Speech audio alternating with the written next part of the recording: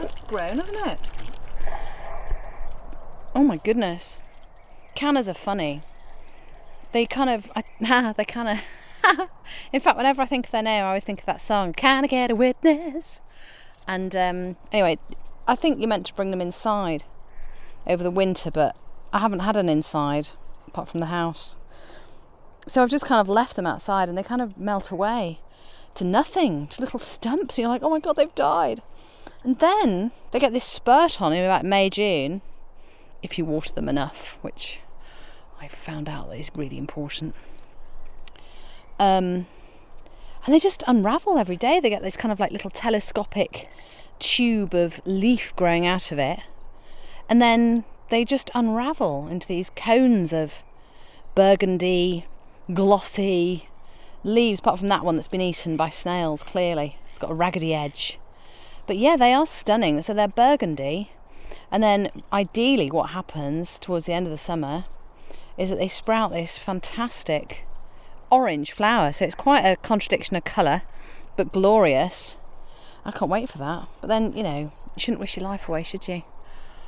Well, this one, actually, it's half gorgeous, half sorry for itself. I think there's a snail living in that leaf. Oh, can you hear that? It's like, they're like bits of fantastic cups of plastic. I don't know, they're just almost false looking. I got a mozzie on my face. Oh. So anyway, the cannas kind of need watering. This is a bed, it's a raised bed, it's made of breeze blocks, and then it's rendered with plaster, and then it's painted white, so it's got a Mediterranean sort of charm about it. You think kind of thing you might have in a Mediterranean restaurant. I like a Mediterranean restaurant. So in this box, large box, is a palm tree, some grasses, the canna, and at the very back is a climbing rose, which has gone crackers actually this year. So it's a bit of a medley of things. I want to drought proof. Well, it sounds grand, doesn't it? I want to buy flowers or plants for the garden that can withstand drier weather. Not only drier weather, but also maybe some lazy watering options. It was my plan. So some things need watering, like the rose and the canna, but actually the palm tree and the grasses need to be left alone. The palm tree has doubled in height since we got it. We live in the northwest of England. It's not exactly the balmiest of places, but I'm really pleased it's in a sheltered bed. And this bed was actually built around an old tree stump because we couldn't be bothered or afford to get it ground down or get rid of it. And it's like this old pine tree, and it was sticky and hard as nails. So we just built a big bed around it, filled it with soil, and stuck some stuff in it. And it's grown. Amazing, isn't it? Right, moving on, because I'm overwatering this now.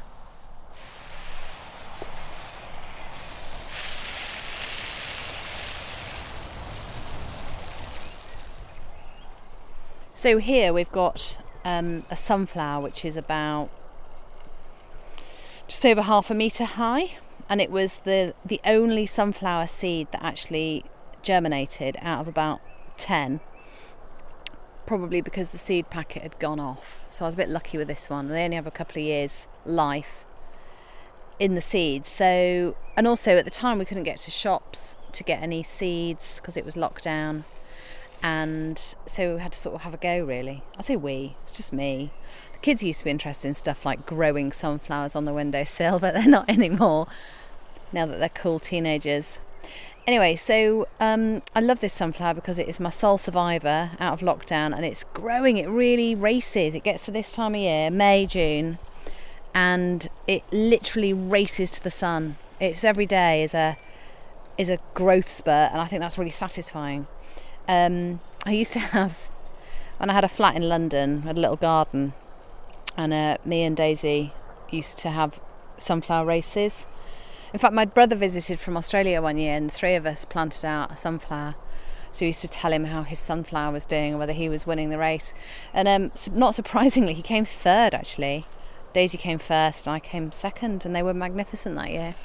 So I think we had giant Russian sunflowers, and the heads were like dinner plates. Just glorious, just fun, aren't they? And you can't really go wrong with them. Well, you can if you don't water them. But a bit of water, a bit of sunlight. We all do quite well, don't we?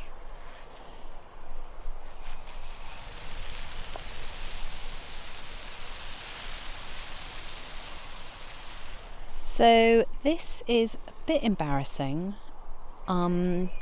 It's a veg box that we've built out of wooden planks. It's ace, it's really good. It's full of compost, it's full of things that are growing. Got a patch of carrots there, and then we've got a section of lettuces, and then we've got a section of peas. And the reason it's embarrassing is because we now have what you can only describe as a massive glut of rocket and baby gem lettuce, because I didn't know how to do it. I'd never grown lettuce before. And so what I did is I just sowed all of my lettuce seeds in one go. What I didn't think about was that the fact that they would grow all at the same time and be all of the same size all at the same time and need eating. I've kind of read about how you should sprinkle seeds in after you've picked them and stuff like that, but because they weren't doing anything, I didn't really understand what would happen next. Now, it doesn't matter, I like lettuce, I can eat loads. I'll get some more seeds and bung it in the ground and see what happens again. But the point is, and I think gardening is like one of those things that you don't really understand until you do it. You don't learn from it until you see it. I don't anyway. I learn from doing and seeing. And I certainly learnt my lesson with the massive amount of rocket. Can you make it into a soup? I can't imagine it'd be very nice. Rocket soup? Blech. I'll Google it.